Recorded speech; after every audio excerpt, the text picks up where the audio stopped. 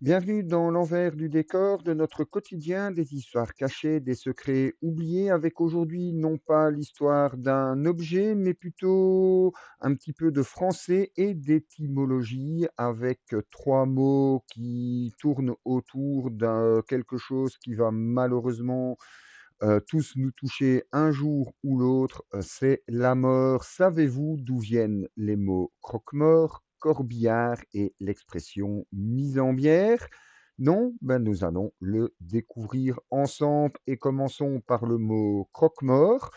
Donc le mot croque-mort est le surnom populaire qui est donné aux employés des pompes, funèbres et qui sont chargés donc de la mise en bière des défunts et du transport donc vers le cimetière pour leur dernière, demeure. Ce mot, apparaît à la fin du XVIIIe siècle, juste avant, la Révolution française et dans notre imaginaire collectif, le croque-mort est une personne assez sinistre et lugubre, voire porteur de malheur. Il est vrai que l'on est rarement heureux de le rencontrer. Aujourd'hui, le croque-mort est vraiment un assistant lors des funérailles. L'étymologie de ce mot, ben, il y en a plusieurs, il y a plusieurs versions. La première et la plus populaire, c'est qu'une légende raconte que sous l'Ancien Régime, pour vérifier si un mort était bien décédé, on lui mordait le gros orteil. Si la personne ne réagissait pas, ben, cela confirmait son décès. Cependant, ben, il n'existe aucune preuve historique de cette pratique.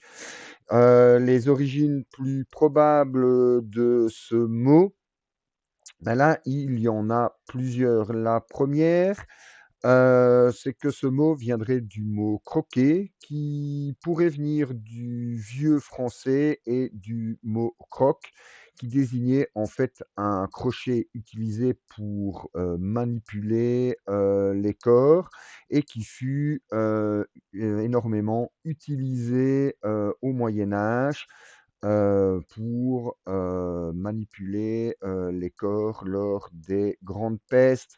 Une autre théorie se réfère, elle, aux crieurs publics du Moyen Âge, qui étaient également, appelés croque-morts, parce qu'à l'époque, lorsqu'ils parcouraient les rues, ils criaient, «Croque la mort» pour attirer l'attention des gens.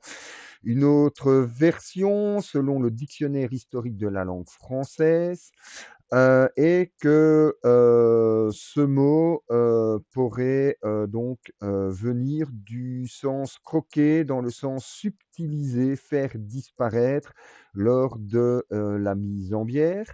Selon le Centre national de ressources textuelles et lexicales, cette expression pourrait venir également, du fait que dans le temps passé, les pompes funèbres croquaient, dans le sens manger les morts. Bien évidemment, ils ne mangeaient pas les morts, mais c'était plutôt sur le fait de substituer les bijoux et les objets de valeur tels les alliances, les dents en or, avant de faire disparaître le corps dans un cercueil et puis de le mettre en terre. Cette interprétation serait raccrochée, au mot sarcophage, donc qui est, la cuve destinée à recevoir un cadavre et dont, l'étymologie grecque, sarkos, désigne la chair et phagein l'action de manger, dévorer et donc se traduirait par mangeur de chair.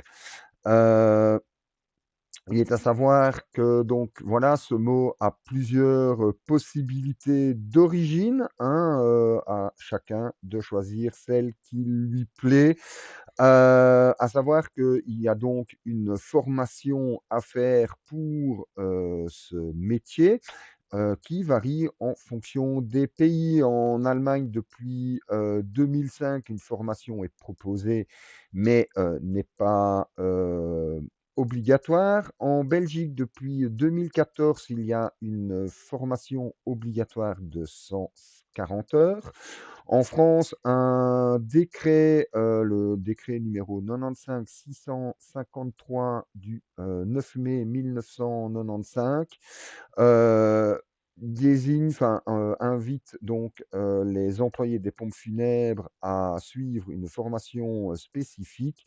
Et depuis 2013, il y a même un diplôme qui est obligatoire. Par contre, en Suisse, l'absence de règlement fédéral quant à la formation des croque-morts pose là-bas pas mal de problèmes qui peuvent conduire à des procès pour escroquerie et atteinte à la paix des morts. Et oui, la mort est un milieu, hein, qui peut rapporter, hein, et puis ben, il y aura toujours entre guillemets des clients puisque malheureusement nous finirons tous par mourir. Un autre mot qui est lié à la mort, c'est le mot corbillard. Et le mot corbillard, en fait, vient de la ville de Corbeil, aujourd'hui Corbeil-Essonnes, en région parisienne.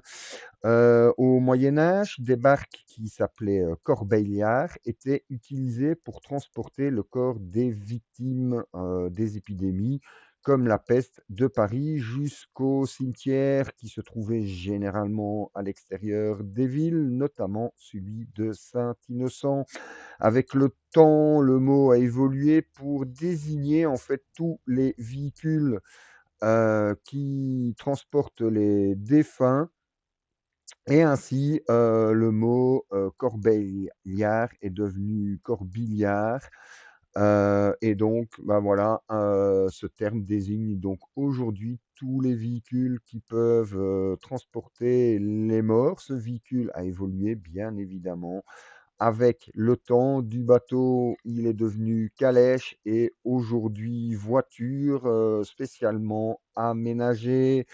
La dernière étymologie que nous allons voir, c'est l'expression mise en bière.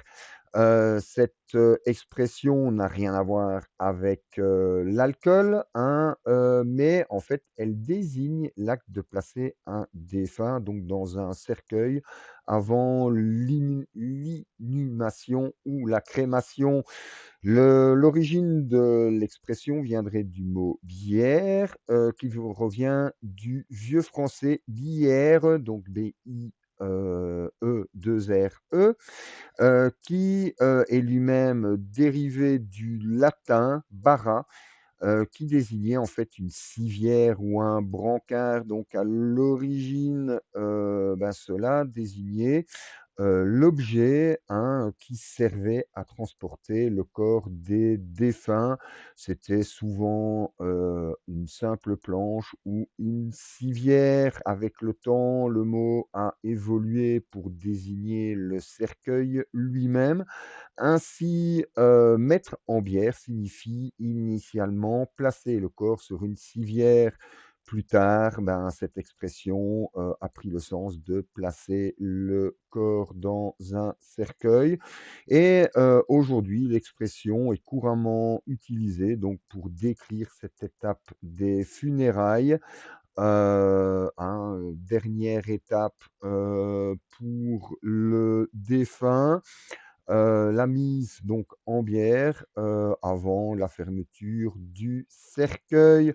Ben voilà, cette vidéo touche, à sa fin. J'espère qu'elle vous aura intéressé. Si vous désirez en savoir plus sur l'un ou l'autre terme, n'hésitez pas à le dire en commentaire. Je vous dis à très bientôt pour d'autres secrets du quotidien. Au revoir.